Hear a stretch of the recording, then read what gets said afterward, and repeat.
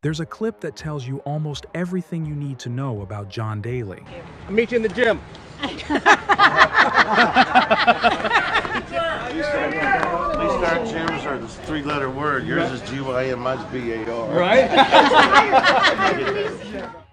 Tiger Woods and John Daly, two players who came up in the same era, who respected each other, who genuinely seemed to like each other, and who operated in completely opposite ways. One lived by discipline, structure, and relentless preparation. The other lived by instinct, personality, and the kind of natural ability that made preparation feel almost optional.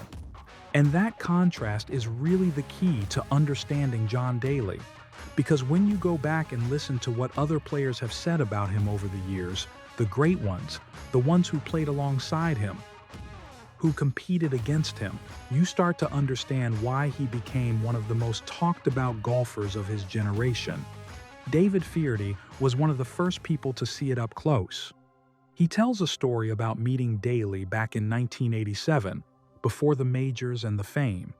Daly was young, unknown, and skinny, and he was leading a tournament. I actually met him on the first tee, a place called Rand Park, and I was leading the tournament by a shot, and he was a shot behind me, and I went out in 29 that morning, and I was still a shot in front of him. I wondered who this skinny American kid was and why he wouldn't go away. And I hadn't seen him. He was either on the other fairway or 100 yards, in front of me. He ended up winning the tournament from me by a shot. And he said to me at the prize giving, he says, "Do you want to come back to my hotel? I'm going to have a party." That's the early version of Daly, winning golf tournaments, inviting people out to celebrate, completely unbothered. And the natural ability that Feherty noticed back then was not something Daly worked his way into. It was just there. That's the part that keeps coming up when players talk about him. Phil Mickelson has a story that captures it perfectly. Because with most elite players, there's a process, there's preparation, there's a routine. There are things that need to be right before they go out and perform. Daly seemed to need none of it. First tee. He'd go hit a few putts. He'd show up 15, 20 minutes before you tee off. Grab a drink, hit a few putts, and go. And that was it. And you drove it so great on a course that was tight. Yeah. And you just took out driver on every hole. Guys were hitting irons and stuff. You just blasted it and dominated. Casual, relaxed, barely focused on what anyone else would consider the basics, and then playing in a way that leaves other elite golfers standing there wondering how he just did that. That was John Daly. Now, Daly's driving distance was obviously part of the conversation. He was one of the longest hitters the game had ever seen, by a significant margin for his era. That became part of his identity pretty quickly. But what people sometimes underestimate is what he could do when he wasn't launching drivers. Bryson DeChambeau, himself someone who redefined what distance means in professional golf, noticed it almost immediately. Like, they talk about your long drives all day long, but you had an unbelievable short game. Hands, super amazing bunker hands. shot you hit. That matters, because power alone doesn't win major championships. Plenty of long hitters have come through the game and never won at the highest level. Daly was a complete golfer, and the players who competed against him knew it. Jack Nicklaus made that clear.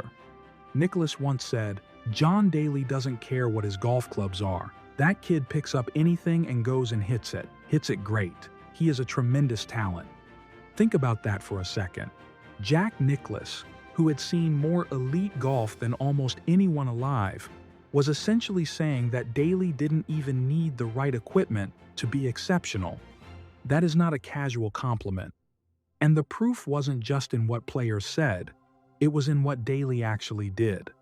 In 1991, he showed up to the PGA Championship at Crooked Stick as the 9th alternate.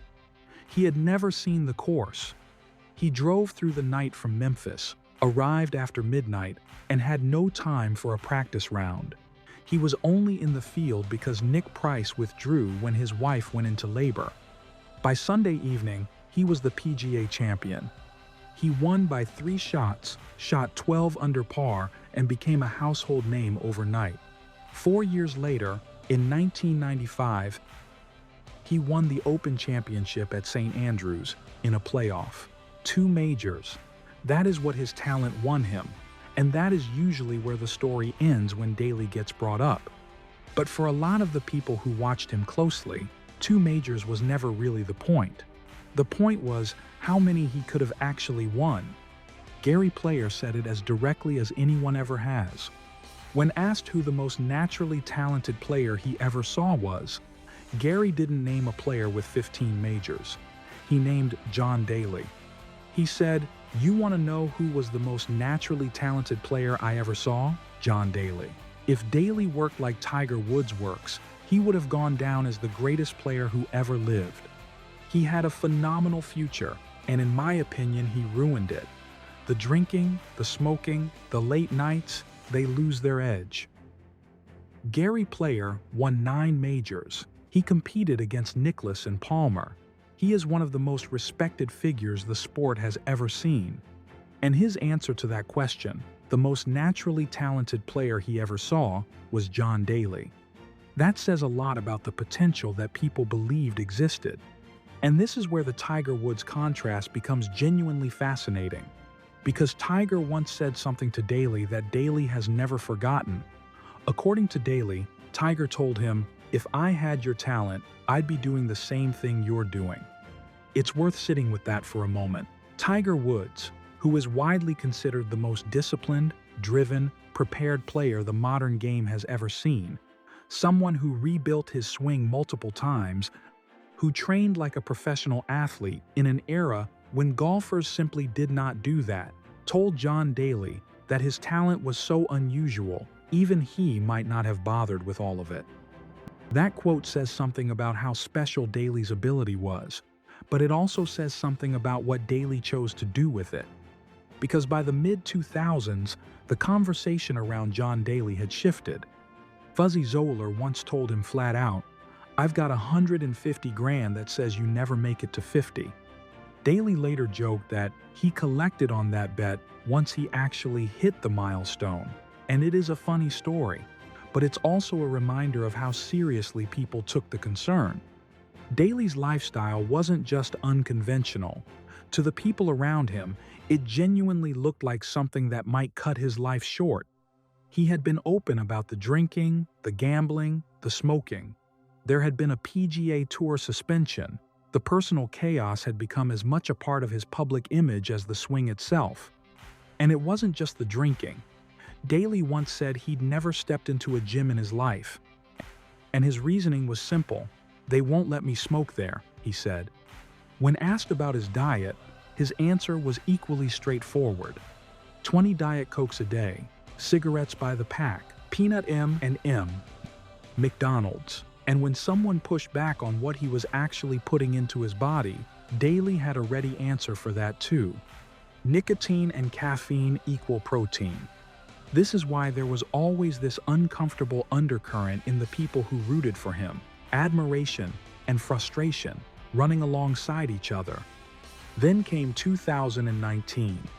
By then, Daly was 53, playing on the Champions Tour, and had qualified for the PGA Championship at Bethpage Black as a past champion.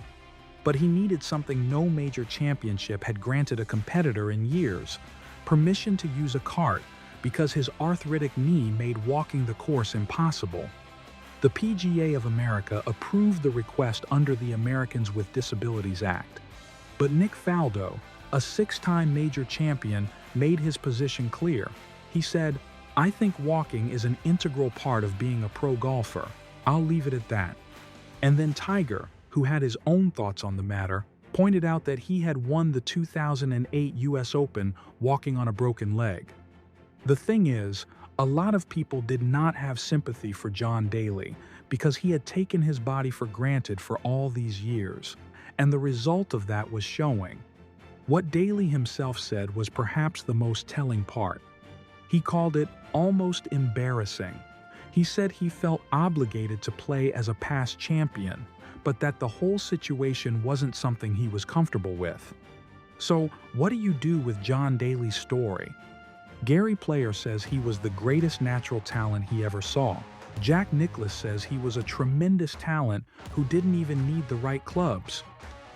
Tiger tells him that if he had that natural ability, he might not have bothered with all the work either. And yet, 2 majors is where it ended. He could have won more. That part is pretty clear. But here's what's also true. Daly became one of the most beloved players this sport has ever had, not because of the trophies, but because people saw themselves in him. The talent, the chaos, the stubbornness, the humanity, all of it out in the open, all the time. The greats saw wasted potential. The fans saw something else entirely. Maybe both of them were right.